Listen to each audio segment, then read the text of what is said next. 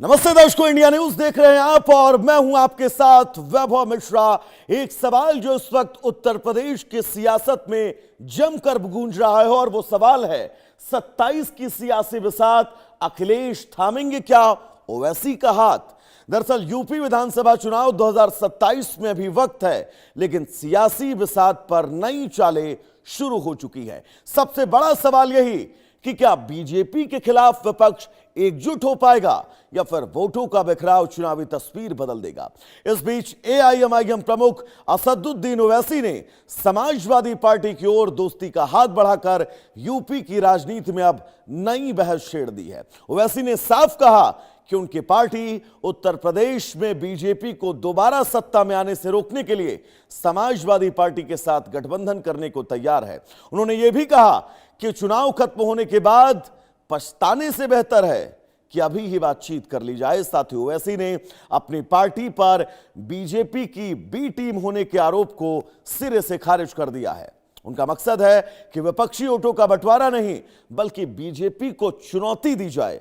हालांकि समाजवादी पार्टी फिलहाल इस प्रस्ताव पर खुलकर कुछ भी कहने से बच रही है। राजनीतिक विश्लेषकों का मानना है कि सपा के सामने सबसे बड़ी चुनौती अपने पारंपरिक मुस्लिम वोट बैंक और मौजूदा गठबंधन की रणनीति को संतुलित रखने की होगी। इससे पहले अखिलेश यादव ये संकेत दे चुके हैं कि 2027 में भी लोकसभा चुनाव 2024 जैसा गठबंधन मॉडल जारी रह सकता है, जिसमें कांग्रेस और समाजवादी पार्टी प्रमुख साझेदार हों। ऐसे में सवाल ये कि क्या ओवैसी की एंट्री विपक्षी एकता को अब नई ताकत देगी या फिर यह प्रस्ताव केवल राजनीतिक दबाव बनाने की रणनीति भर है। यूपी की राजनीति में गठबंधन की इस नई चर्चा ने अब चुनावी समीकरणों को गर्म कर दिया है।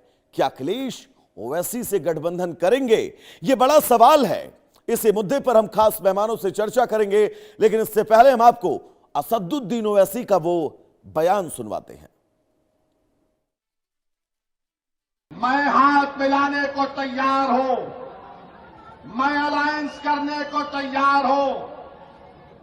आज वक्त है, बात कर लो, बाद में रोना नहीं। चुनाव खत्म होने के बाद तुम कहते ना कि ओवैसी के लड़ने से हमको नुकसान हो जाता। चलो, मैं तुम्हारे साथ मिलकर लड़ने को तैयार हूं। तुम तैयार हो? तो असदुद्दीन ओवैसी ने बिल्कुल साफ तौर पर कहा कि अभी आप बात मान लीजिए, नहीं तो आपको ही बाद में पछताना पड़ेगा। अब असदुद्दीन ओवैसी के इन बयानों का इस बात की स्थिति क्या होती है, समाजवादी पार्टी क्या कहती है, यह बड़ा दिलचस्प होगा। लेकिन ओवैसी के ऑफर की बड़ी बातें क्या है, यह हम आपको बिग वॉल के जरिए समझाएंगे। सबसे पहले दरअसल यूपी चुनाव 2027 से पहले गठबंधन की राजनीति अब बहुत तेज हो चुकी है। ओवैसी ने समाजवादी पार्टी से गठबंधन की अपनी इच्छा जाहिर कर दी है। इंडी गठबंधन के साथ बीजेपी को चुनौती देने की बात कही है। उन्होंने इस गठबंधन में शामिल होने को कहा है। मुरादाबाद की रैली में सपा को खुले तौर पर दोस्ती का प्रस्ताव ओवैसी ने भेज दिया है। अखिलेश यादव को बड़ी नसीहत भी दी है, चुनाव के बाद आप रोइएगा नहीं, अभी बात कर लीजिए, बात बन जाएगी। सपा के साथ चुनाव लड़ने के लिए तैयार हैं, यह बात भी असदुद्दीन ओवैसी ने कही है। मुसलमान सम्मान और बराबरी की चाहत रखता है, यह बात असदुद्दीन ओवैसी ने कही नहीं है, हर मंच पर वो दोहराते रहते हैं, एक बार फिर से दोहराई है। लेकिन यूपी में एआईएमआईएम का प्रभाव कितना है, यह जानना बहुत जरूरी है ताकि आप इस पूरे सिनेरियो को समझ सके। यह हम आपको बिग वॉल के जरिए ग्राफिक्स पर बताएंगे कि आखिर एआईएमआईएम का समीकरण क्या है, प्रभाव क्या है। फिलहाल यूपी में इनका कोई विधायक नहीं है, किसी सीट पर एआईएमआईएम का दबदबा उत्तर प्रदेश के अंदर नहीं है। 50 से 100 सीटों पर प्रभावित करने का दावा असदुद्दीन ओवैसी ने किया है। 200 सीटों पर संगठन विस्तार की तैयारी एआईएमआईएम की इस वक्त चल रही है। 110 सीटों पर मुस्लिम मतदाता 30% से ज्यादा हैं, यह बहुत बड़ा नंबर है 30%। 50 सीटों पर मुस्लिम निर्णायक भूमिका में है उत्तर प्रदेश के अंदर। पश्चिमी यूपी पर खास फोकस रहेगा। 2022 चुनाव में वोट शेयर लगभग 0.43% रहा। यह वोट शेयर यह बता रहा है कि असदुद्दीन ओवैसी यूपी में जिस इमारत को खड़ा करना चाह रहे हैं वो इमारत फिलहाल उनके लिए बहुत मुश्किल है। हमारे साथ दो मेहमान जुड़े हुए हैं। कपिल श्रीवास्तव जी जुड़े हैं, प्रवक्ता हैं समाजवादी पार्टी के। कपिल जी, बहुत स्वागत है आपका। बीएम झा जी जुड़े हुए हैं, भारतीय जनता पार्टी से ताल्लुक रखते हैं, आपका भी बहुत बहुत स्वागत है। और मोहम्मद आदिल, नेता AIMIM, हमारे साथ जुड़े हुए हैं। तो सबसे पहले कपिल जी, मैं आप ही के पास आना चाहूंगा। एक बयान मुझे असदुद्दीन ओवैसी का और याद आता है। पिछले विधानसभा चुनाव में जब वो पश्चिमी यूपी में प्रचार कर रहे थे, उन्होंने कहा था कि जुम्मन अब सिर्फ दरी नहीं बिछाएगा, वो अब सत्ता में आएगा, लेकिन वोट शेयर 0.43%। स्वीकार करेंगे असदुद्दीन ओवैसी की उन बातों को जो मंच से उन्होंने आप लोगों से कहा है? देखिए, ओवैसी साहब आधी बात कहते हैं। जिस जुम्मन की बात वो कर रहे हैं, वो तो खुद रियासतदार व्यक्ति रहे हैं, शहंशाह रहे हैं। तो जहां जुम्मन है वहां शहंशाह भी होते हैं। हमारी पार्टी के जितने विधायक हैं उसमें से 25% से ज्यादा रहनुमाई हमारे जो हैं वो मुस्लिम समाज के लोग करते हैं। भाई, अगर आप ओवैसी समाज के अंदर जो है, ओवैसी साहब अगर मुस्लिम समाज के अंदर अपनी धमक को पकड़ रखते हैं, तो हमें सिर्फ तेलंगाना में बता दीजिए कि उनके कितने विधायक हैं और कितने सांसद हैं। वो स्वयंभू हैं। लेकिन इतना जरूर है कि पूरे देश भर में वो भारतीय जनता पार्टी का झंडा लहराने की शपथ खाए हुए हैं और भारतीय जनता पार्टी उनको फाइनेंस करती है। और ये हम नहीं कह रहे हैं, ये भारतीय जनता पार्टी के सांसद साक्षी जी महाराज ने पब्लिक डोमेन में आप लोगों को इंटरव्यू देते हुए कहा कि बिहार में सपोर्ट करने के लिए हम उन्हें बहुत बहुत बधाई देते हैं, बहुत शुभकामनाएं देते हैं, और इसी तरीके से वो पश्चिम बंगाल में और फिर उत्तर प्रदेश में करेंगे। तो ओवैसी जी को पहले ये तो सोचना चाहिए कि जहां उत्तर प्रदेश में आप चुनाव लड़ने के लिए आ रहे हैं, क्या आपकी जिला नगर और महानगर इकाइयां, क्या आपके यहाँ आपका बूथ लेवल पे कार्यकर्ता खड़ा है? और अगर नहीं खड़ा है तो फिर किस आधार पे आप जो है यहां पर अपनी एंट्री कर रहे हैं? और अगर आप एंट्री कर रहे हैं तो आप किस आधार पे जो है वो बंटवारा चाहते हैं कि कोई पार्टी आपके साथ आकर के चुनाव लड़े? तीसरी बात, कपिल जी, हमारे साथ मोहम्मद आदिल जी भी जुड़े हुए हैं, AIMIM से हैं। एक बात मैं कह लूं, फिर उसके बाद आप उनके पास चले जाइए जी।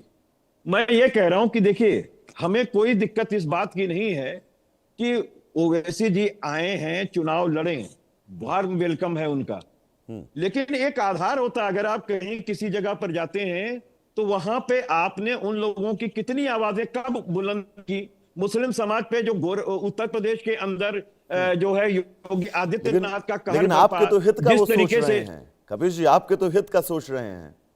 समाजवादी पार्टी एक बात स्पष्ट कहती है कि ओवैसी साहब को अगर समाजवादी पार्टी के साथ गठबंधन करना है तो उन्हें सबसे पहले कट्टरवादी चीजों को छोड़ना पड़ेगा, क्योंकि भारतीय जनता पार्टी और ओवैसी साहब एक ही सिक्के के दो पहलू हैं। सांप्रदायिक दल से समाजवादी पार्टी दूरी बना करके रखती है, जितनी दूरी भारतीय जनता पार्टी से उतनी दूरी इनकी भी है, क्योंकि ये सबकी बात नहीं करते, ये जानबूझ के उकसाने के लिए कुछ एक लोगों की बात करते हैं। अब आदिल साहब से आपकी बात का जवाब कट्टरवादी ताकतों से दूर रहना चाहती है। मोहम्मद आदिल, कपिल जी का बिल्कुल साफ तौर पर कहना है कि AIMIM की राजनीति सिर्फ और सिर्फ उकसावे वाली है, वो देश की जनता को गुमराह करती, उकसाती है और बीजेपी का फायदा होता है। जी, आप ये बता दीजिए कि हमने कौन सी ऐसी बात कही जिससे लोगों को उकसाया है? और सपा के प्रवक्ता जो बात कह रहे हैं, इनको ये सोचना चाहिए कि योगी जी हमारे घर तो नहीं आए थे। आप लोग योगी जी को बैठाकर, और आपके पार्टी के मुखिया जो इस दुनिया से चले गए, नेताजी जो धरती पुत्र थे, उन्होंने ये खुद कहा कि मैं सदन में चाहता हूं कि फिर प्रधानमंत्री मोदी बने। तो आप इस तरह की चीजें, वो भी मुस्लिम कम्युनिटी से कह रहे हैं, जो कि आपको हमेशा सत्ता में जिता कर भेजी, और लाभ ये मिला कि हमें मुकदमे में ढकेला गया, हमारे तमाम वो अधिकार खत्म कर दिए गए जिसलिए हमने आपको सत्ता में बैठाया। आज ये बात कर रहे हैं कि ओवैसी बी टीम है, साक्षी महाराज ने ये कहा, साक्षी महाराज ने वो कहा। वो सारी बातें आप छोड़िए, सियासत है, वो तो लोग एक दूसरे के ऊपर कहते हैं। लेकिन आप ये बताइए कि क्या हमारा सिर्फ इतना ही अधिकार है कि हम इनको वोट देकर इनको नेता बनाएं? अगर हम ये बात कह रहे हैं कि हमें भी अपना अधिकार चाहिए, हमसे भी अलायंस करिए, तो कौन सा हम गुनाह कर रहे हैं? और ओवैसी साहब कौन सी ऐसी बातें कह दिए कि लोग काटे मारे या लड़े भिड़े? ओवैसी साहब तो वही बात कह रहे हैं कि भैया हमें भी अलायंस मिलो, हम भी 20% इस प्रदेश में है, हमें साथ में भी तो लेकर चलो। लेकिन मसला ये है कि ये सपा के तमाम वो लोग ये चाहते हैं कि हम सत्ता में या हम अलायंस में ना आए, हमें सिर्फ वोट के जरिए इस्तेमाल किया जाए, बस हमें वोट लेकर बीएन झा जी छोड़ भी दिया हमारे जाए। साथ जुड़े हुए हैं, बीजेपी के नेता। आदिल, मैं लौटूंगा आपके पास। बीएन झा जी, बिल्कुल, बीएन झा जी हमारे साथ जुड़ेंगे, उनसे हम सवाल पूछेंगे। आदिल, आप अपनी जवाब कंप्लीट करिएगा। मिसाल के तौर पर तेजपत्ते की तरह ये मुसलमानों को यूज करना चाहते हैं कि आप टेस्ट लेकर बस आपको हटा दिया गया। ये अधिकार की, ये लड़ाई की बात करते हैं कि समाजवादी ने ये किया, समाजवादी ने वो किया। चलते तो आदिल ये भी एमवाई समीकरण पर है ना? नहीं, चलने से अलग होता है, कहना भी तो चाहिए, कहना भी तो चाहिए। आप इनको मुस्लिमों का रहनुमा नहीं मानते हैं, समाजवादी पार्टी को? नहीं, कौन से रहनुमा होते तो आजम खान जेल होते, रहनुमा होते तो मुसलमानों के घर गिरा दिए गए, उस पर चुप होते। आज ये सपा के प्रवक्ता बैठकर बता रहे हैं। कपीश जी से मैं जवाब ले रहा हूं आपकी बात का, आपकी रहनुमाई पर सवाल उठ रहे हैं अब। कपीश जी बोलिएगा। सबसे हंसी इस बात की आ रही है कि आदिल भाई ये कह रहे हैं कि हमने इनको वोट दिया। अरे आप AIM में हो, आप एक राजनीतिक दल हो, आप मुस्लिम समाज के व्यक्ति में से एक सदस्य हो सकते हो, आप मुस्लिम समाज नहीं हो। अगर मैं सनातनी हूं तो इसका मतलब ये थोड़ी ना कि सारा सनातनी समाज हमारे पीछे खड़ा है। भाई आप अपनी बात करो ना कि आपने इस देश के मुसलमानों के मुस्तकबिल के लिए क्या क्या किया, छोड़ दो और कहीं। आपका तो ये हस्र है कि बिहार में 5 अगर जीते, इनको पहले चुप कराइए। ये तहजीब नहीं। मैं ये पूछ रहा हूं कि बिहार के अंदर इनके 5 विधायक जीते थे, उनका क्या हस्र हुआ? हुमायूं कबीर इस बात को, जिसको आपने सपोर्ट किया, जिसको आपने सब कुछ किया, वो तो अपने स्टिंग में कह रहे हैं कि 1000 करोड़ रुपए जो है वो क्या बोलते हैं भारतीय जनता पार्टी ने उन्हें दिया है।